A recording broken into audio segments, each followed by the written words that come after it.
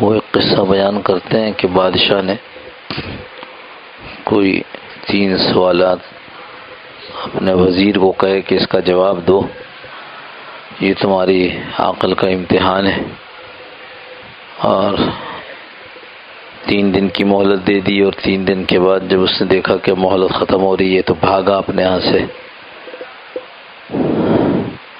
اور بھاگتے بھاگتے کسی علاقے میں پہنچ گیا، ایسا علاقہ جہاں اس کو کوئی یہ پہچانتا بھی نہیں تھا کہ یہ کسی بادشاہ کا وزیر ہے۔ تھک کر بیٹھا ہوا تھا تو کسی کسان نے یہ پوچھ لیا، کون ہو، کہاں سے آئے ہو، کیا چاہتے ہو؟ تو اس نے اسے بھگا دیا، چھوڑو، تمہیں اس سے کیا فائدہ ہوگا، کون ہوں، کیا ہوں، تمہیں اس سے کیا فائدہ ہوگا کہ میں کون ہوں، کیا ہوں اور کیا چاہتا ہوں؟ اس نے کہا کہ مجھے تم مصیبت میں لگتے ہو، شاید میں تمہاری مصیبت کو حل کر سکوں۔ تو پھر اس نے اپنا قصہ بتایا کہ مسئلہ یہ ہے، تم ہماری کیا مدد کر سکو گے؟ 3 سوال ہیں، 3 سوال کا جواب تم کیا دو گے؟ اس نے کہا سوال تو مجھے بتاؤ۔ تو اس نے کہا پہلا سوال تو بادشاہ نے مجھ سے یہ کیا ہے کہ دنیا کا سب سے بڑا جھوٹ اور دھوکہ کیا ہے؟ اب مجھے تو سمجھ میں نہیں آ رہا ہے دنیا کا سب سے بڑا جھوٹ اور دھوکہ کیا ہے۔ تو اس نے کہا کہ تمہیں نہیں پتا دنیا کا سب سے بڑا جھوٹ، دنیا کا سب سے بڑا دھوکہ وہ ہماری زندگی ہے۔ وَلَا تَغُرَّنَّكُمُ الْحَيَاةُ الدُّنْيَا، آپ نے دنیا سے کی زندگی سے دھوکہ مت کھانا۔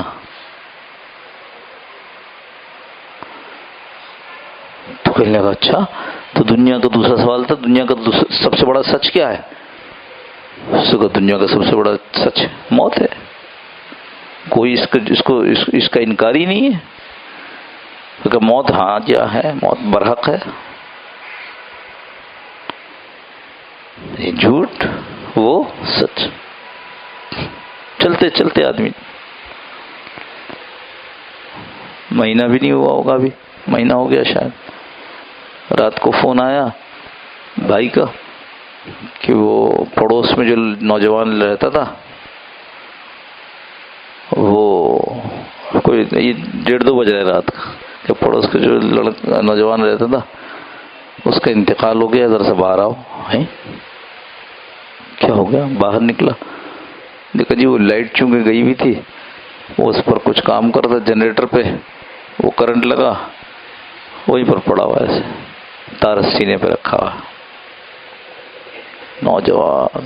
یا اللہ، ابھی آدھا منٹ پہلے بھی اس کی بیوی کو اس کا احساس بھی نہیں ہوا ہوگا کہ ابھی یہ جانے والا ہے،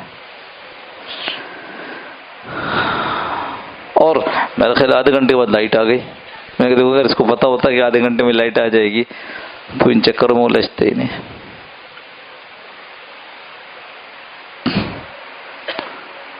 ایک جگہ شادی کا موقع تھا، گھر والوں کے ساتھ گیا، گھر والوں نے واپس بتایا کہ بچی طبیعت اس کی کچھ عجیب سی، اس کے گھر والوں نے کہا میں نے ہمارے گھر والوں کے متعلق دیکھو ان سے ملو، ان سے، تو گھر والوں نے تسلی دی، کوئی گھبرانے کی بات نہیں ہے، واقعی کوئی کچھ پتہ ہی نہیں کہ بیماری کیا ہے، تو ایسی تمہارا دل گھبرا رہا ہے۔ ہفتہ بھی نہیں گزرا تو پھر وہی دل گھبرا رہا ہے، اور وہ ڈاکٹر کے پاس پہنچے، انہوں نے کہا نہیں یہ تو لگتا ہے کہ دل کا کیس ہے کوئی۔ اچھا دل کا کیس ہے تو کیا کریں؟ تو کہا جی کارڈیو جانے سے پہلے انتقال ہو گیا، 18 سال کی بچی۔ بعد میں بچیاں بتانے لگیں کہ کئی دن سے یہ ہم لوگوں سے کہہ رہی تھی کہ میری اگر تصویر کوئی تمہارے پاس ہے تو اس کو ڈیلیٹ کر دو،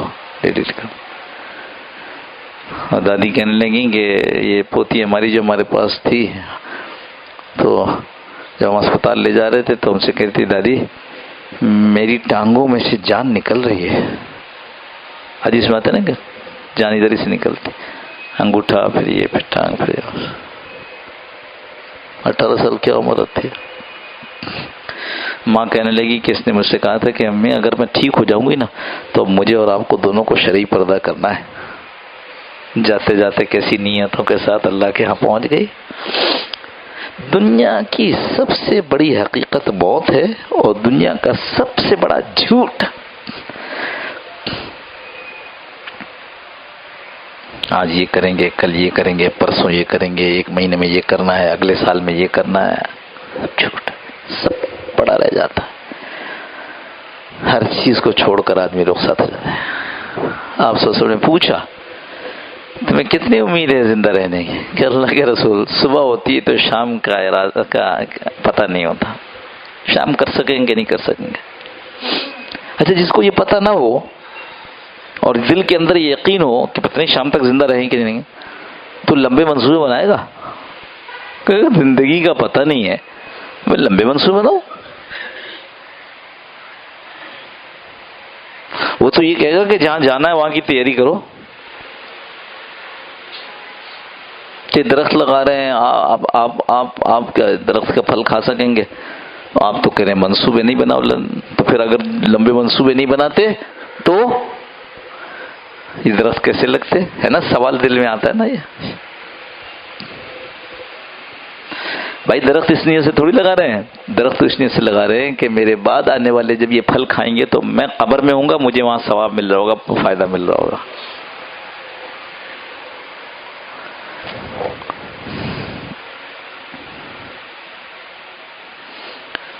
تو کہا کہ جو 2 سوال بتایا تھے تیسرا بھی بتا دو بھائی۔ بادشاہ نے پوچھا دنیا کی سب سے میٹھی چیز کون سی ہے؟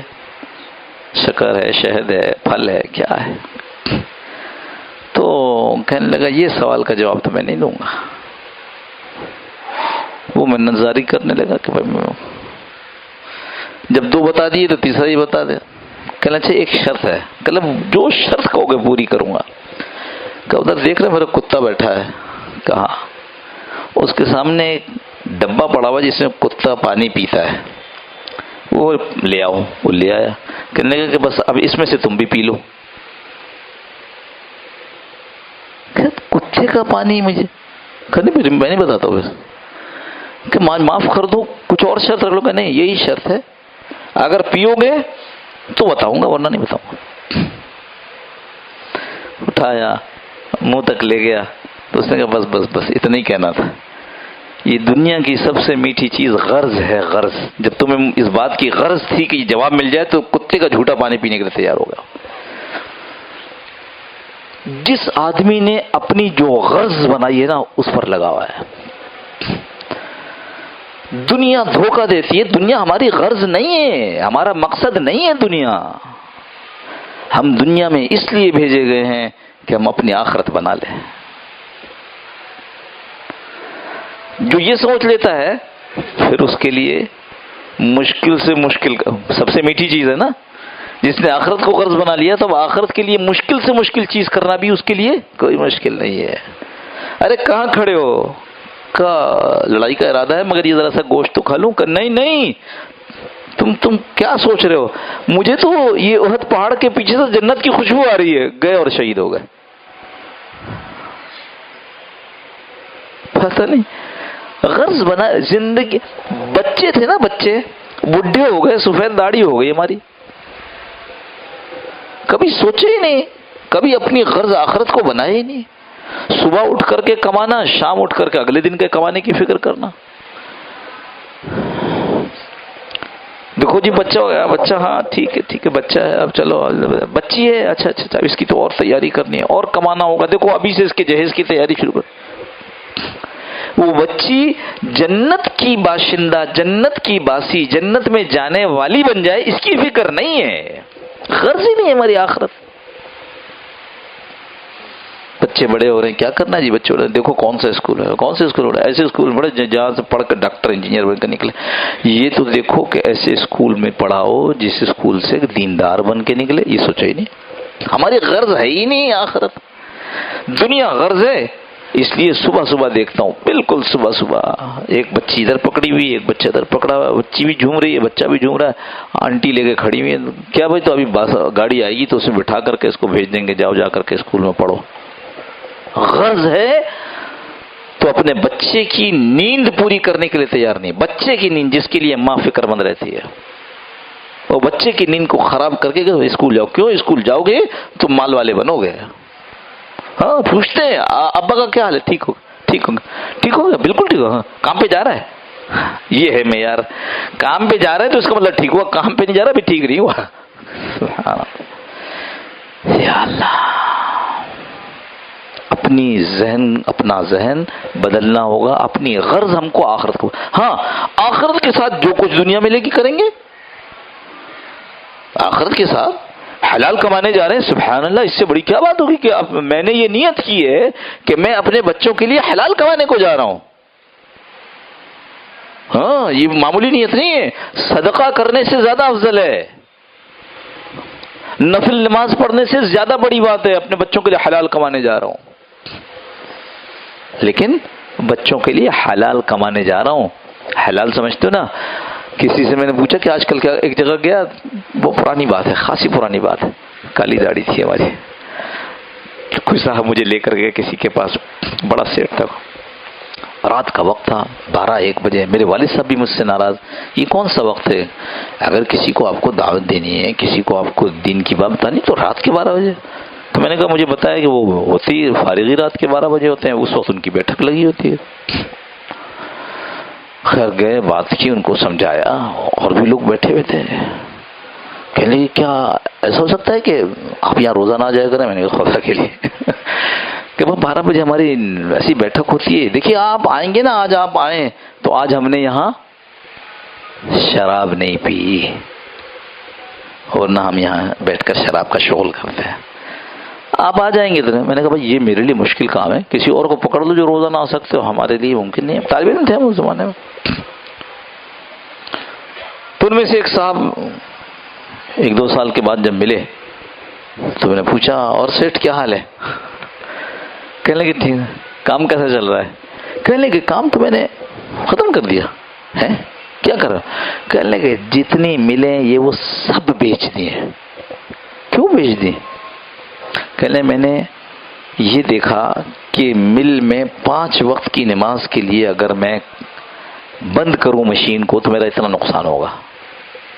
تو میں نے کیوں بند کرتے ہو؟ کہنے لگے واہ، غرض آخرت بن گئی نا کہ واہ، یعنی نماز کے وقت میں اگر میرے مل میں کام ہوتا رہے گا تو جو مل میں مال تیار ہوگا وہ تو ناجائز حرام مال ہوگا، نماز کے ٹائم میں بنا ہے، لوگوں نے نماز نہیں پڑھی اس کے لیے. حیران ہو کیا کر رہے؟ کہ میں نے ایسا کیا کہ وہ ویئر ہاؤسز بنا لیے، بڑے بڑے لوگوں کے سامان کرائے پہ اس پہ رکھتا ہوں، کام چل رہا ہے میرا.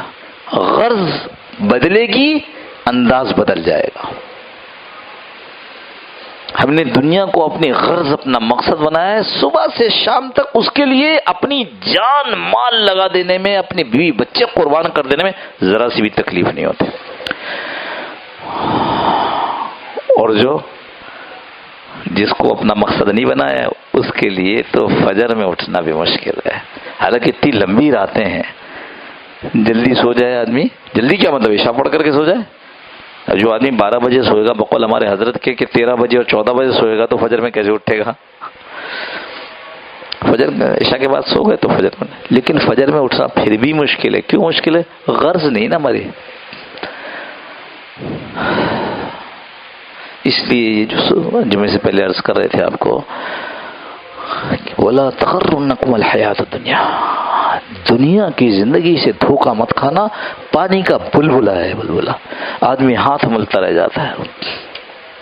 یہ جتنے بڑے بڑے بول کر چلے گئے نا کہ اسلام ایسا اور مولوی ایسا اور ان کو اس ملک کے اندر جو ہے ان لوگوں کو یوں کر دینا چاہیے، وہ کر دینا چاہیے، بڑے بڑے سیکولر ذہن اور بڑی بڑی لفاظیاں کرنے والے دنیا سے چلے گئے، دنیا سے چلی گئیں.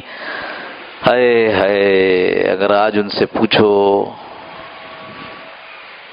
ہاتھ جوڑ کر کہیں گے کہ جو کچھ ہم کہتے تھے غلط تھا اور جو اللہ اور اس کے رسول نے بتایا تھا وہ سب کچھ صحیح تھا. جیسی کرنی ویسی بھرنی، نہ مانے تو کر کے دیکھ. اچھا کرو گے اچھا پاؤ گے، برا کرو گے برا پاؤ گے. جیسی کرنی ویسی بھرنی، نہ مانے تو کر کے دیکھ. جنت بھی ہے دوزخ بھی ہے، نہ مانے تو مر کے دیکھ. اس سے قبل کہ موت کا فرشتہ ہم کو آ کر لے جائے، ہم کو اپنی زندگی کا رخ بدلنا ہوگا. رخ تو پڑ جاویں گے نا، پھر سب آسان ہے. آہستہ آہستہ بھی چلیں گے تو وہیں پہنچیں گے جہاں اور لوگ پہنچے، اللہ والے پہنچے. اور رخ نہیں بدلا ہوگا تو زندگی میں جتنی محنتیں کریں گے ہم اس طرف پہنچیں گے جس کی لائن کی محنت کر رہے ہیں. قارون، فرعون، حامان، اللہ حفاظت فرما دے، ہم سب کو اپنی پناہ میں رکھے. اور یہ رخ بدلتے ہیں اس وقت جس وقت میں آدمی مستقل ایسے ماحولوں میں اٹھتا بیٹھتا ہے جہاں یہ بات کی جا رہی ہے، ایک دفعہ، دو دفعہ، تین دفعہ. کسی بزرگ نے کہا کہ میں نے ایک آدمی کو کہا سگریٹ نہیں پیا کرو،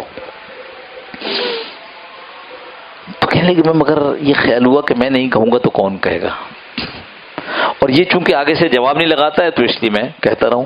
تو کہتے ہیں 100 مرتبہ کہا، اس نے سگریٹ نہیں چھوڑی. اور جب میں نے گن کر موقع بہ موقع کہتا تھا اور گنتا رہتا تھا، موقع بہ موقع گنتے گنتے جس دن 101 دفعہ کہا اس دن اس نے سگریٹ چھوڑ دی. ہوتا ہے ایسا. ایسے ماحولوں میں اٹھنا بیٹھنا جہاں دین کی بات ہوتی ہو، اللہ اور اس کے رسول کی بات ہوتی ہو، آخرت کی بات ہوتی ہو، زندگی بدلے گی. ایسا نہیں ہو سکتا کہ نہیں بدلے. آپ یہاں کیوں بیٹھے ہیں؟ اللہ کے لیے نا. تو ایسا ہو سکتا ہے کہ آپ اللہ کے لیے بیٹھے ہوں اور اللہ آپ کو اپنے لیے قبول نہ کرے. ہاں، اللہ کے ہاں دیر ہے اندھیر نہیں ہے. ہر چیز کا اللہ نے ایک وقت مقرر کر رکھا ہے.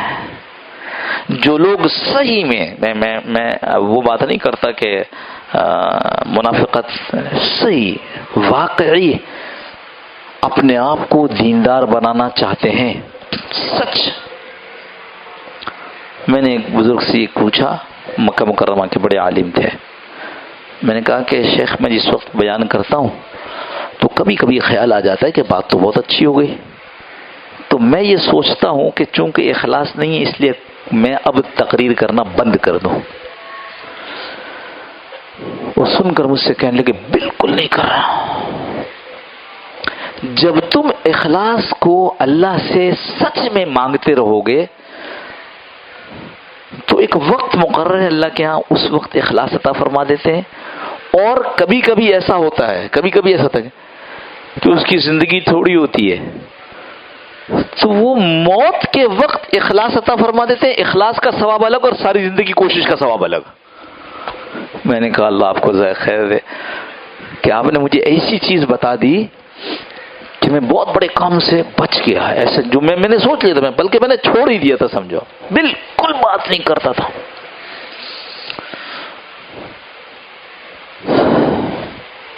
تو جو اللہ کو پانے کی نیت کر لے گا اور صحیح کوشش کرے گا، ایسا نہیں ہو سکتا کہ کل اللہ اس کو اپنے سے الگ کھڑا کرے، وہ اپنے ساتھ کھڑا کریں گے انشاءاللہ. اللہ کے لیے کیا مشکل ہے، اللہ کو ہم سے کیا دشمنی ہے.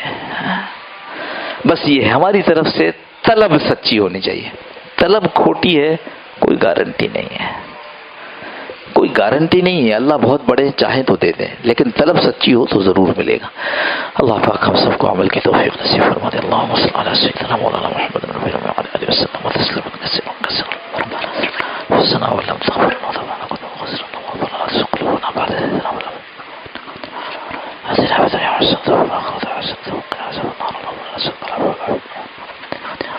ذکرک و شکرک و سبحانک اللہم وبحمدک